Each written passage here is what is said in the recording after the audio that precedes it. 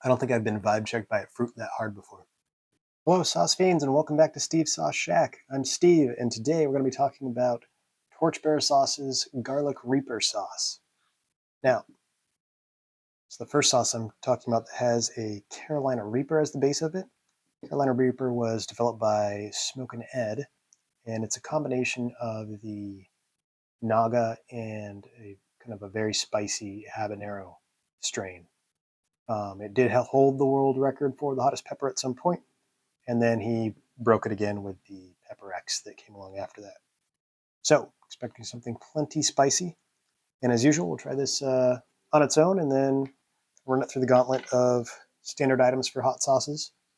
You heat, tasting notes, all of the above. Hang tight. Don't want to kill ourselves too much. Taking this straight to the face, but decent taste at least.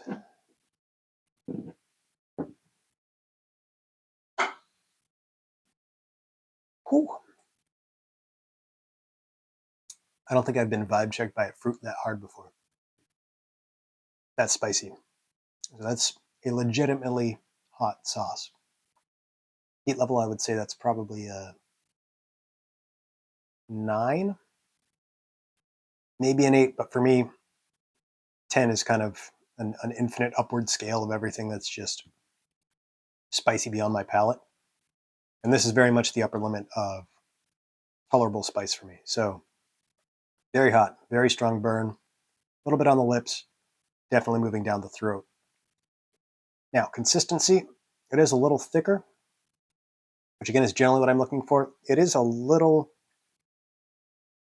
difficult to get out of the bottle, so I usually prefer the spout tops or something like that, where you can actually regulate where you're putting the sauce and how much of it you're putting in a plastic bottle. But sustainability, glass, nothing wrong with that. And the texture of it, the consistency, viscosity is pretty good. It's not runny.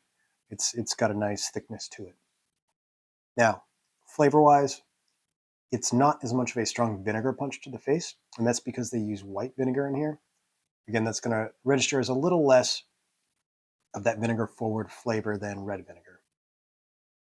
And then also in there, there's some mustard and pepper. So much like how I include the Bloody Mary in my lineup for items to test on, this also combines all three of the major spicy components.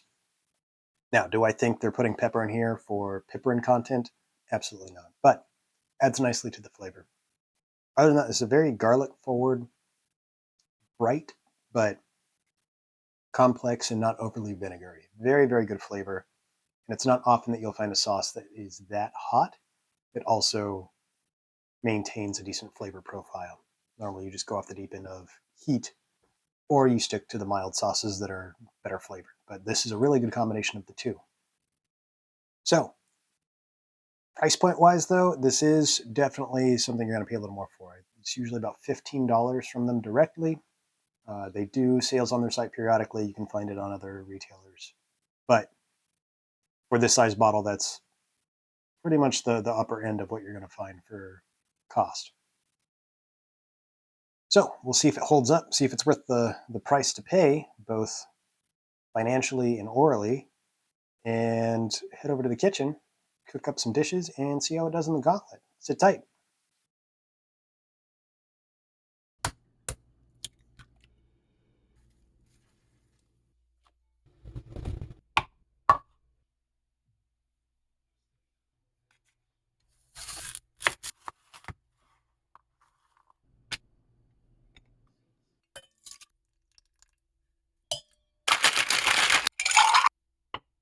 And we're back.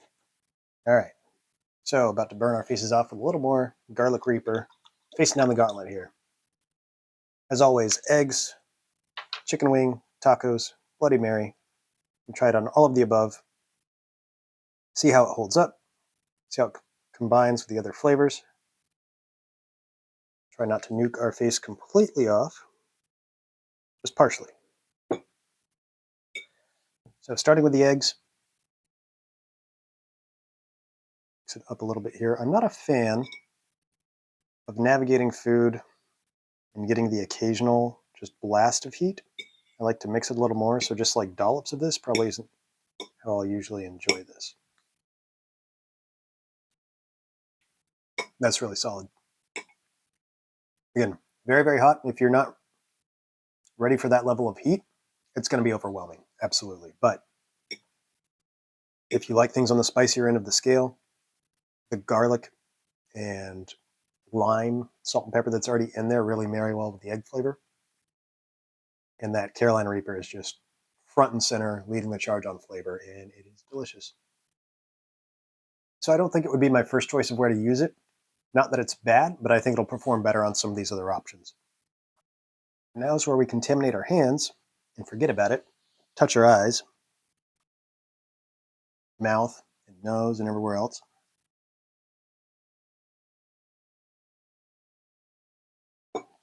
Heavier portion on there.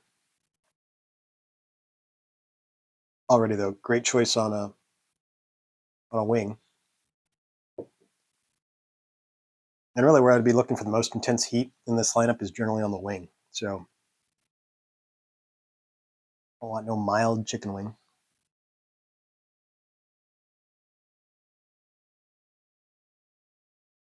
That's really good. However, I was expecting it to perform a little stronger on the wing than I think it did.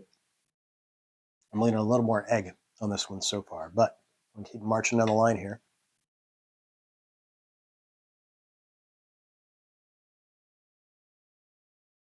Those were definitely made to be together. The tacos with the onion, fresh cilantro, and the seasoning on the skirt steak, beautifully married to the garlic reaper. And that level of heat on a taco is just excellent. So I'm usurping the eggs here with the taco placement. Strongest one so far.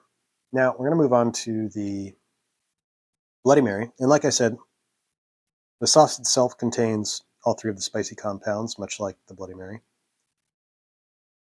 But I did dial up the wasabi and the pepper. Well, I say wasabi. The horseradish masquerading as wasabi. Add a little more fresh cracked pepper. I also let this batch of the pepper vodka infuse a little more because keeping up with that level of capsaicin is going to be very difficult for most of the standard ingredients. So dial those up a little bit. Should balance nicely. We'll see.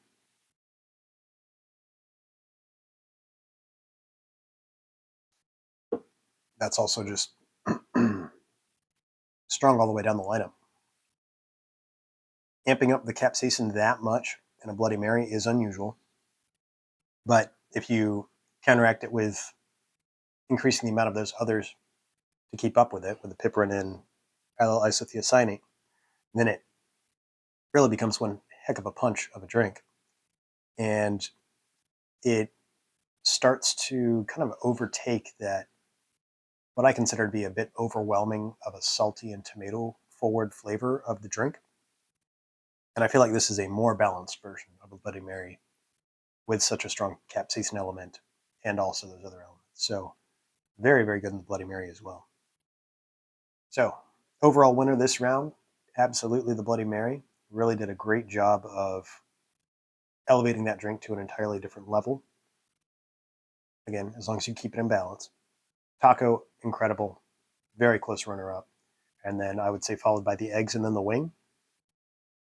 Again, I am doing a very simple wing sauce using these, but all around, solid performer. Is it worth the price? In my case, I'd say so. Now, the main way I enjoy this, as I mentioned, I don't really like giant dollops of hot sauce that you're dodging around playing hot sauce roulette in your meal with. So I like to make this into an aioli, a little bit of Kewpie mayo, which is delicious. If you don't use it, I recommend trying it out. As well as some fresh black pepper and a little bit of yuzu. That's what I use because I have it lying around, but lemon juice works just as well. About 50-50 with the Kewpie to the Reaper sauce. And yeah, you make yourself a nice, well-rounded aioli that's very spicy and has a really good garlic flavor. And I put that on breakfast burritos, quesadillas. It can go on pretty much anything. Burgers, absolutely delicious. And it kind of alleviates that giant dollops of super spicy followed by bites that don't have any hot sauce. Or if you've already burnt all the receptors out of your mouth and you just slather your entire meal on this, that's fine. It just gets very expensive with this sauce. Overall, highly recommend it. especially if you can hang with that amount of heat. It's not going to be for everyone. If you find yourself kind of gravitating towards the mild to moderately spicy, I wouldn't touch it. You can certainly, like I said, dilute it maybe with some mayo, make an aioli out of it, put some legs on it, and dilute it down enough to where it's palatable. But there are lots of other sauces that you can avoid all that trouble with and just consume that are lower on the heat scale. And that's another one for the shelf. Hope you enjoyed the episode. If you did, please consider subscribing. Drop a comment. Let me know what other sauces you'd like to see a deep dive on. Thanks for stopping by the shack. I'll see you next time.